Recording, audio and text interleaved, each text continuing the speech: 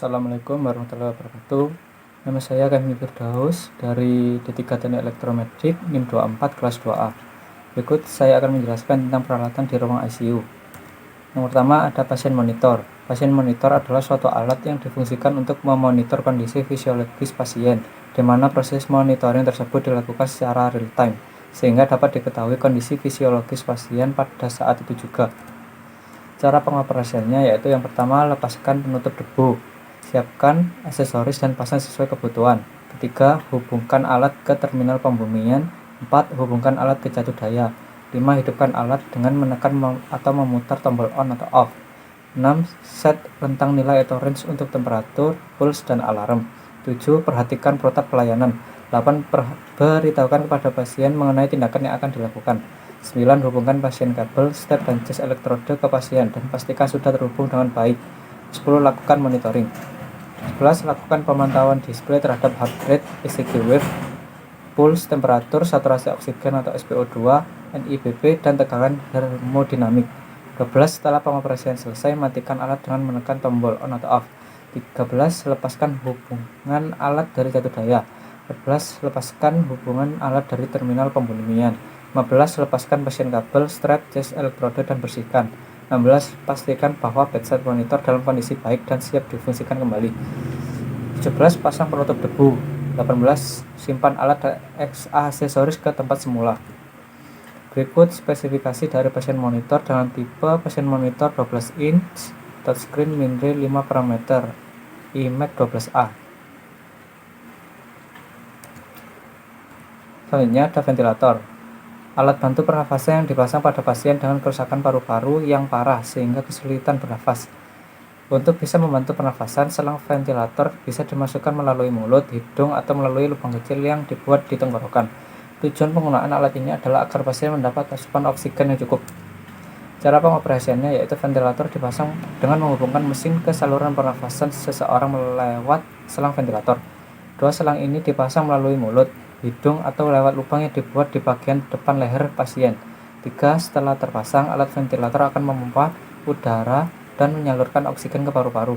4. Pasokan oksigen dari mesin ini dapat membantu pasien bernafas secara normal atau optimal. 5. Pemasangan ventilator membutuhkan kemampuan khusus oleh tenaga medis berpengalaman. Berikut spesifikasi ventilator dengan tipe GM AHP 300.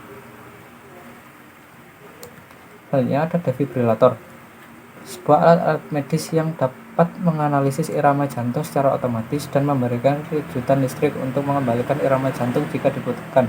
Alat ini berfungsi untuk menolong orang yang mengalami henti jantung. Sebagian besar kasus henti jantung terjadi pada orang yang memiliki masalah jantung. Orang yang mengalami henti jantung harus segera mendapatkan pertolongan sesegera mungkin agar mampu bertahan hidup.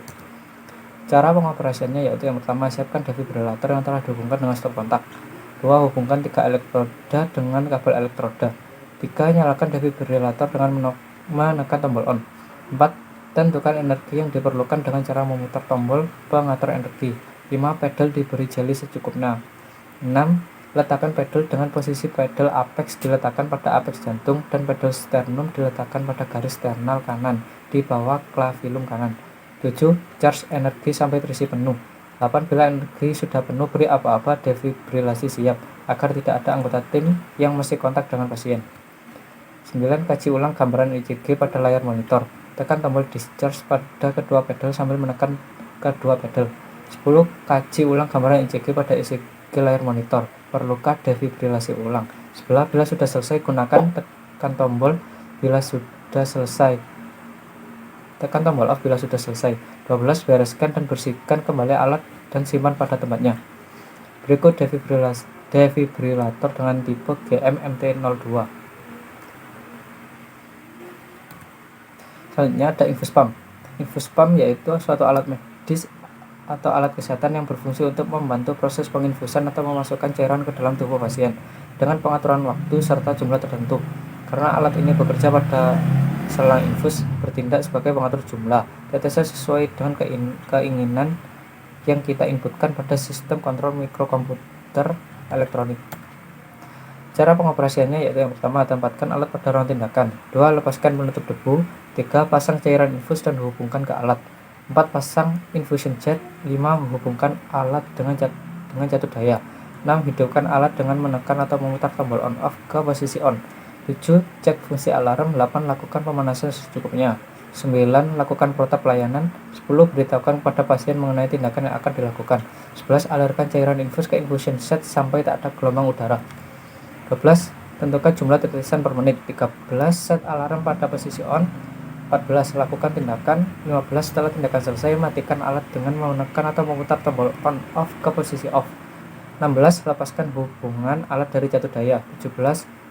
Lepaskan infusion bag dan lepaskan selang infus. Pastikan bahwa infusion pump dalam kondisi baik dan dapat difungsikan pada pemakaian berikutnya. 18. Pasang penutup debu. 19. Simpan infusion pump di tempatnya. 20. Catat beban kerja dalam jumlah pasien. Berikut spesifikasi infus pump dengan tipe infusion pump ENV7 Smart N-MIM.